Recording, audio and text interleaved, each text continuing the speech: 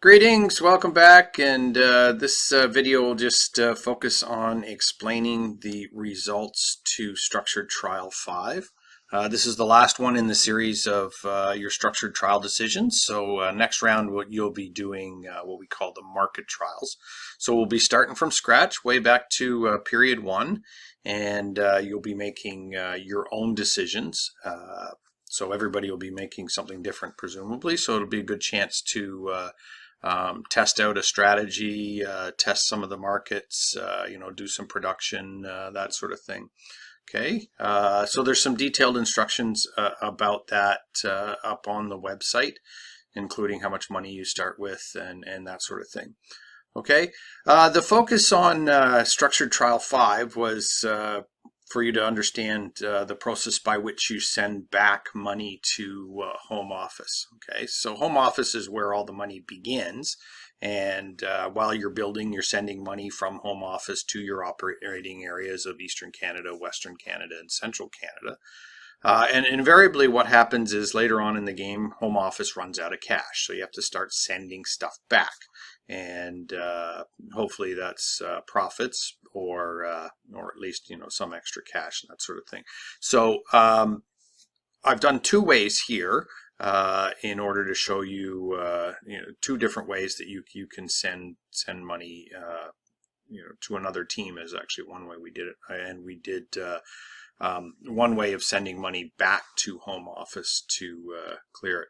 So if you recall, back at the beginning, we sent out two sets of money to the various areas. So we had in here our subsidiary control account was $80 million, and now you can see that we've reduced that to $79 million. And what we wanted to do was send $1 million from Central Canada back to home office. So if you recall, in the first period, we actually sent $50 million from home office to Central Canada, and our home office control was $50 million. And now what's happened is we've sent some of that back. So we've taken money out of that home office control account and out of cash and sent it back into the home office cash account. So if you look at the appendix in the manual, there's actually the journal entries there that show you what has occurred in this case. Okay, so really we're just taking money out of cash in Central Canada and putting it into the home office cash account, and the corresponding journal entries revolve around subsidiary control decreasing to $79 million and home office control decreasing to $49 million. Okay, so that's one way to send money back. The other way is to send it back from your retained earnings. And on the form, it's called send earnings back. Okay, and in this case, we couldn't do it because our retained earnings is negative. But really what you're doing there is sending earnings back to home office. So if this was, say, positive 17, then we could send all of that back to the home office. And really that transaction is just reducing the retained earnings account in the area and increasing the retained earnings account in the home office. And then, of course, there's the corresponding increases in cash in home office and a decrease in cash in Central Canada. So that is another way to do it. Okay, and again, remember that your retained earnings has to be positive in order for that to happen. Otherwise, it just won't occur. One thing to watch out for is when this home office control account becomes zero, that no longer becomes an option for you to send money back that way. Okay, so if you sent back all 49 million of what's left in Central Canada, that would no longer be an option for sending money back. Presumably, if that happens, your retained earnings would then be positive and you'd be able to send money back in that way. Okay, there's also one other way to send money back to home office, and I'll leave you to discover that by reading the appendix, and that one has some nice little tax implications that you can look at. Okay, the second decision we did was we sent $1 million service payment to another company. Okay, so there's a way for us to send other companies cash, and we do that via a service payment. Okay, and where this is going to show up is in the income statement. Okay, so if we look at the income statement and we go down to this miscellaneous expense account right here, you'll see in home office that indeed we have a miscellaneous expense of $1 million. Okay, so that comes out of the cash account in home office and is reflected as a miscellaneous expense.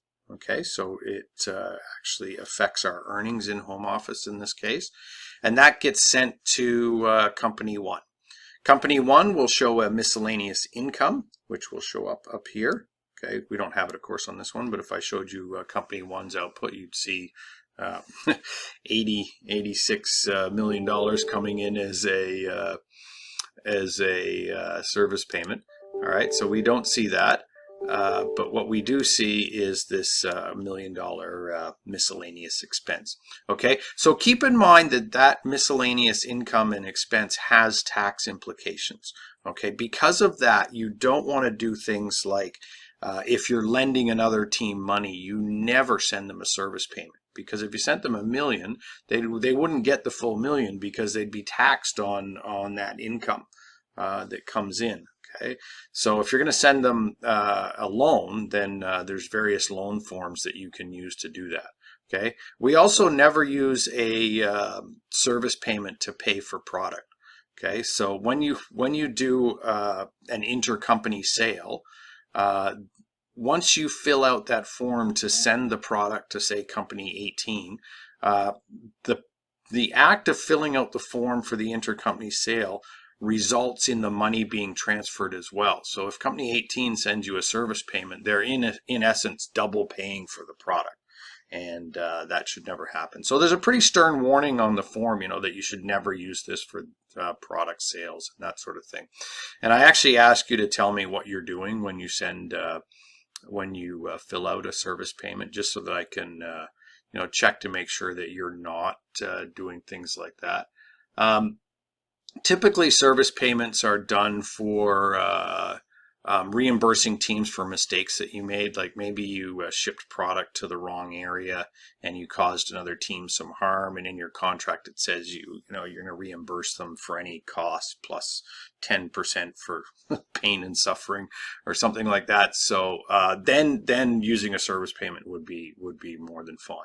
Okay, but otherwise, the use of service payments is not something that's all that common. Okay. All right. So that covers structured trial 5.